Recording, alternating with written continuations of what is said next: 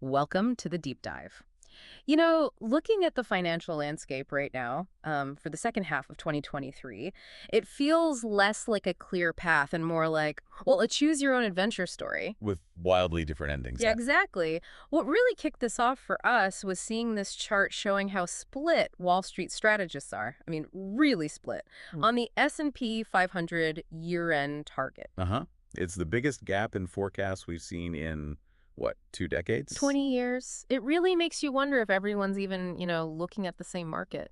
That level of disagreement, it's pretty striking. And for everyone listening, it's a clear signal, right? We're in a period of pretty major uncertainty. For sure. That usual consensus you sometimes see, it's just not there this time. Nope, not at all. And it's even wilder when you think about how the first half of the year actually played out. Remember all that talk? Recession looming, bonds are the place to be. Oh, yeah, the bearish consensus was strong. Well, the market clearly had other ideas. The Nasdaq 100, for instance, just shot up 37%. Astonishing, really. It caught a lot of those predicting a slump completely off guard. Really did. The economy showed surprising resilience, didn't it? Even with the Fed hiking rates again and again. Yeah, people expected those hikes to bite much harder, much sooner. They did. But they didn't. Not in the way many predicted. Okay, but here's where it gets really, really interesting. Despite that massive first half rally, you've got some huge firms, Bank of America, Barclays, BNY Mellon, Citi, Morgan Stanley, Wells Fargo, the big names. Right. They're still saying the S&P 500 will end the year lower than it is now. Lower. Wow. So they see the rally, but they don't trust it. Seems like it. What do you make of that? That's a huge disconnect. It really suggests they think the headwinds are still coming. Maybe the full impact of those rate hikes is just delayed. Or they're worried earnings growth is about to slow way down. Could be. It's like they're saying, nice run, but the other shoe is about to drop. Something like that, yeah. They're bracing for a reversal. Okay, but then you've got the other camp. The bulls, who were bullish already, they basically just doubled down. Like Tom Lee at FundStrat, he already had a high target for the S&P 500. I remember that. Now he's pushed it even higher, up to 4,825. That's like another 10% jump from recent levels. Okay, so he's really buying into this momentum. What's driving that kind of super bullishness? Well, that level of conviction, especially after the run we've had, it suggests a deep belief that the underlying drivers are solid, sustainable, maybe even accelerating. It's a massive vote of confidence, that's for sure. And then there's Ed Yardeni. He's painting an even brighter picture. Oh, Yardeni's always interesting. What's he saying now? He's moved on from his rolling recession idea. Now he thinks it's turning into a rolling expansion. Okay. And he's even dropping the phrase roaring 20s. Says his earlier forecast, which was already pretty optimistic, looks delusional now. Wow, roaring 20s. So, strong growth, happy consumers, markets keep climbing. That's the vibe. He's targeting 4,600 for the S&P, maybe even 4,800. He clearly sees the resilience we saw as just the beginning. Definitely on the far optimistic end of things. Interesting. Okay, so let's pause there, because then we pivot hard. Scott Black from the Barron's Roundtable. Right. Scott Black, usually more cautious. Very much so. He's basically saying investors are much too bullish right now, especially given the pretty modest economic growth he expects, like 1% to 1.3%. Okay, so he's grounding it back in fundamentals. Growth isn't that strong, so why are stocks so high? Exactly. It's about valuations for him. He's looking at earnings, the economy, and the prices being paid. Makes sense. And he thinks the consensus earnings estimates for the S&P this year are around $218 a share. Way too high. What's a number? More like $210, maybe $212. And if you use his numbers, the PE ratios, well, they look pretty stretched. It's all stretch. S&P over 20 times earnings, NASDAQ at a hefty 31.5 times, Russell 2000 near 30. Oof. Yeah, those aren't cheap multiples. And he said something that really stuck out. I don't see the market going up unless it continues to be liquidity driven. Ah, so fueled by cash sloshing around, not actual profit growth. Right. And what's the takeaway from that if it's just liquidity? Well, it makes the rally feel less secure, doesn't it? Especially if the Fed keeps policy tight. Liquidity can dry up. Fundamental earnings growth is, more sustainable. And Black also hit on how narrow these market gains have been. Yeah, the concentration issue. He pointed out just a few big tech names, Apple, Microsoft, Amazon, Alphabet, NVIDIA. They were almost half the NASDAQ's weight. and nearly a quarter of the S&P 500 back in June. Incredible concentration. And get this, a company like Apple, huge gains, right? But its earnings are actually projected to decline. That disconnect is worrying. Meanwhile, you see this split. The Russell 1000 Growth Index is way up, but the Value Index, basically flat. So not a broad-based rally at all. Exactly what Black said. The market's gains aren't broad-based. There has been a lot of speculation in the market's largest stocks, and it has become self-fulfilling. So what are the risks if it stays this narrow? Well, historically, that kind of concentration can be a red flag, right? When just a handful of stocks are carrying the whole market. It suggests the enthusiasm isn't really widespread. And it could make the market more fragile if sentiment turns on those few leaders. The whole thing could wobble, yeah. So with that cautious view, where does someone like Black actually see opportunity? Good question. Not in big tech, presumably. Note. Interestingly, he highlighted Eagle Materials. Cement and building materials. Cement. Okay, that's different. What's the logic? It's actually pretty smart. Very limited supply of cement in the U.S. Why? Because basically no new cement plants have been permitted in over 20 years. 20 years. Wow. Okay. Yeah. So supply's tight. Super tight. But demand, pretty strong, especially with the infrastructure bill kicking in. So you've got constrained supply meeting solid demand. That's a recipe for pricing power. Exactly. It puts a company like Eagle in a really strong position. Higher margins, maybe more resilient, even if the broader economy wobbles.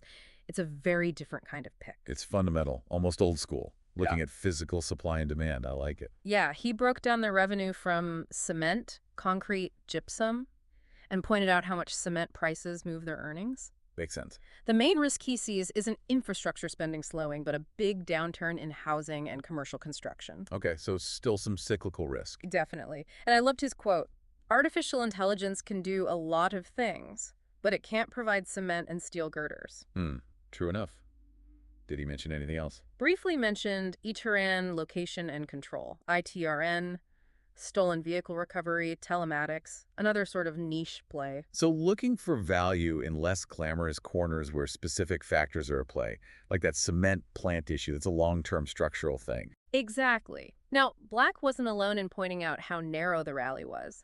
William Priest also jumped on this. What was his take? He highlighted that just 7 AI-related stocks drove something like 80% of the S&P 500's total returns in the first half. 80% from 7 stocks. Yes. That's extreme. He contrasted it with previous bull markets where gains were much more spread out. It really hammers home just how concentrated this AI-fueled surge has been. It really does. It emphasizes the huge impact of just one theme generative AI hype, basically. Makes you wonder if it's sustainable, right? What happens when the AI excitement cools a bit? Good question. It also got me thinking, globally. How so? Well, at this Barron's Roundtable, it was striking how little China was discussed. Mario Gabelli mentioned it briefly. What did he say? Thinks their economy might surprise to the upside, which would be good globally. But that was pretty much it. Nobody talked about specific Chinese stocks or really much about Asia at all. That is surprising. China's role in manufacturing is enormous. Didn't you say they make as much cement as the rest of the world combined? Pretty much, so why the silence? Well, could be geopolitical worries, right? Tensions, regulatory risks within China. Yeah. Maybe investors are just focusing elsewhere because of that uncertainty. Figure 7 really does show their manufacturing clout. And it's not just old school manufacturing. Even NVIDIA's CEO, Jensen Huang, he's acknowledged China's huge AI investments. Okay, they could build a whole separate tech ecosystem. Exactly. Potentially dominating areas like nanoscale materials, hydrogen, synthetic biology.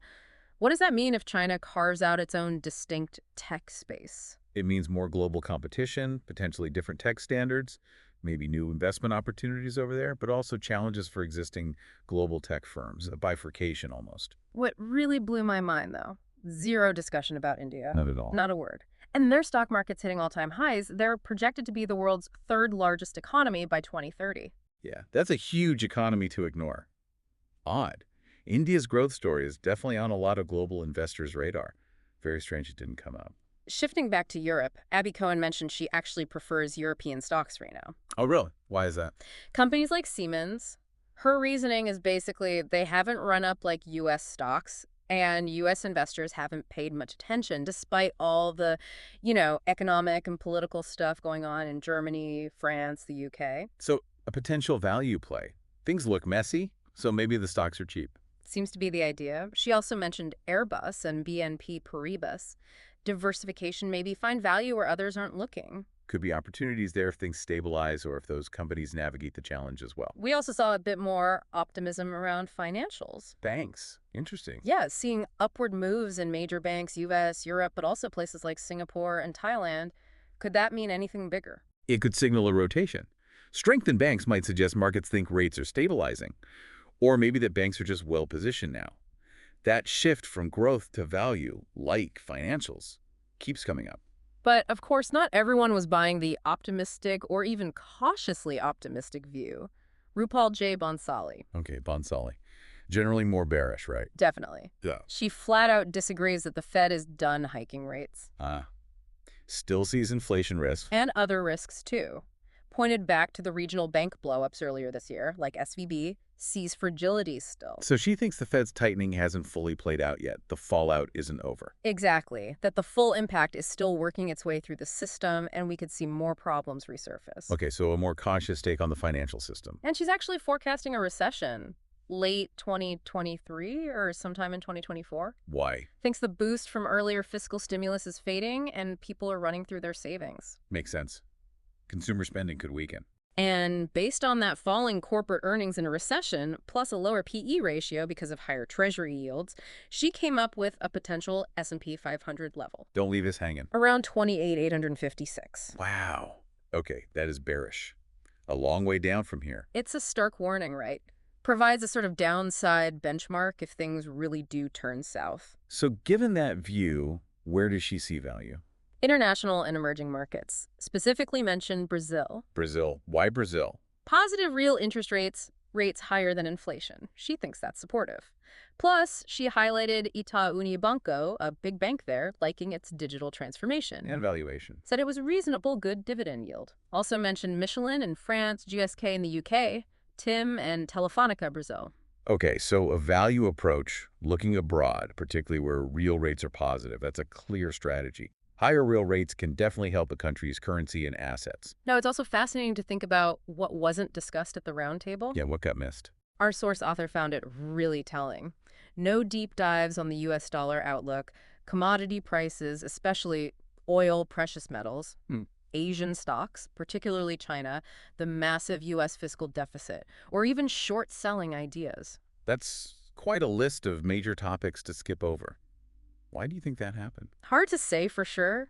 Maybe just the format, the questions asked, or maybe just too much disagreement among the panelists to get into it. Could be.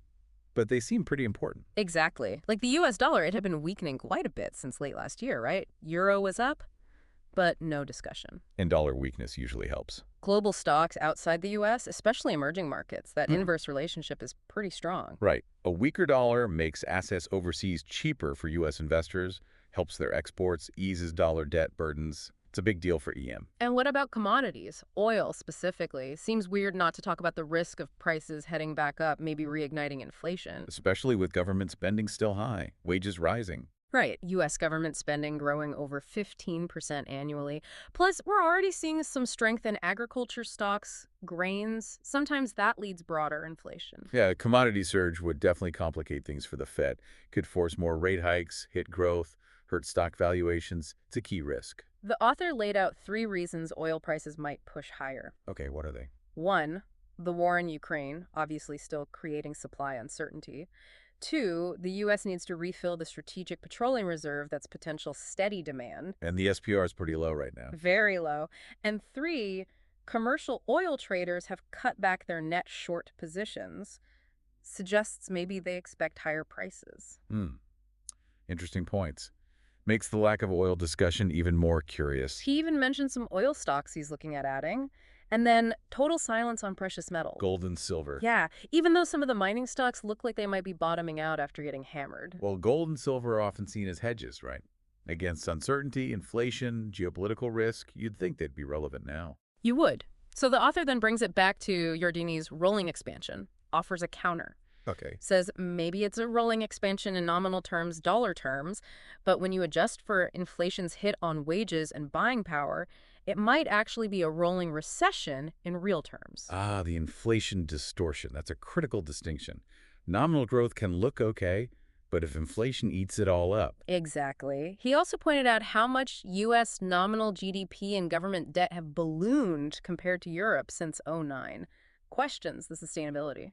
Raises valid points about the underlying health beyond the headline numbers. And suggests U.S. stock indices could be near nominal highs, but actually tracing long-term peaks in real inflation-adjusted terms. A sobering thought. It really is. Puts the whole rally in a different light. Which kind of leads us perfectly into this final, really interesting concept, investing in the undefendable. Undefendable? What's that about? Inspired by a libertarian book by Walter Block. The core idea is finding value in businesses that people, well, don't like. Businesses that face criticism, social stigma. Okay. Why would you do that? Because that negativity, that stigma, can actually act as a barrier to entry for competitors. And it can mean the stock gets undervalued just because it's unpopular, not because the business itself is bad. Ah, so it's contrarian play. Looking for value where others refuse to look because of reputation. Pretty much. It ties into ideas about voluntary exchange benefiting everyone versus interventions creating winners and losers, finding profitable businesses that maybe get unfairly maligned. Interesting lens. So you might find assets trading cheap just due to bad PR, essentially. Could be. Yeah. Think about, say, billionaire entrepreneurs like Bezos. Amazon gets flack, but it provides huge convenience. Or free traders lowering costs. Or even high-frequency traders providing liquidity. Often criticized, but arguably beneficial. Right. Businesses facing criticism, but still playing a significant, maybe even positive economic role. I see the angle. And there's actually a poll, the Axios-Harris poll, that ranks companies with the worst That's reputation. a ready-made list of undefendables. Kind of. You see sectors like dollar stores, social media, oil and gas, fast food, big banks, even fashion, politically charged stuff, all potentially undefendable. Wow, it cuts across a lot of different industries, shows how widespread negative perception can be. Other places to look? Businesses regulators target payday lenders, HFT firms again, or industries that are just politically incorrect at the moment. Like natural gas was, maybe gambling is now. Yeah, regulatory heat or social disapproval can definitely depress valuations, creating potential opportunities if you dig deeper. And there's even a specific index mentioned, the Coffee Can Undefendable Index. Okay, what's in it? 15 companies. Names like Foxconn, Philip Morris, Peabody Energy, Spirit Airlines, Dollar General, McDonald's, Sturm Ruger. Tobacco, coal, airlines, dollar stores, guns. Yeah. Definitely fits the theme. Virtue Financial, Transocean, ExxonMobil, First Cash Holdings, Berry Global, Fox Corp, Meta Platforms, RCI Hospitality. HFT, offshore drilling, big oil, pawn shops, packaging, media, social media, strip clubs. Yep. Undefendable, all right. And several of those are on that Axios-Harris bad reputation list, too. So it gives you a concrete starting point if this idea intrigues you. It's certainly a provocative investment philosophy. Focuses on businesses often shunned, but potentially profitable and undervalued. So wrapping up this deep dive, it's just incredibly clear, isn't it? The second half of 2023, the outlook is just fractured. Totally fractured. We've heard everything from, a new roaring 20s. Right, to warnings of a pretty deep recession and market crash. The divergence is massive. It really hammers home the uncertainty out there. Inflation, Fed policy, global growth. So many big question marks driving these different views. And for everyone listening, it really underlines why you might need to look beyond the usual suspects, right? Absolutely. Consider alternatives, emerging markets, value stocks, maybe even some of these undefendable areas, especially if leadership shifts away from those few dominant growth stocks. Because if the market broadens out or corrects, those ignored areas might suddenly look a lot more interesting. Definitely. In times like these, diversification and just critical thinking are key. You have to question the assumptions behind the forecast, consider different scenarios. Don't bet the farm on any single prediction. So the final thought maybe is, what are your core assumptions right now about inflation, interest rates, the economy, and thinking about all this disagreement? What opportunities or risks might be hiding in plain sight, overlooked by the crowd? Maybe it really is time to take a harder look at those undefendable sectors or those parts of the world that don't always make the headlines. Definitely something to chew on. Thanks for taking this deep dive with us.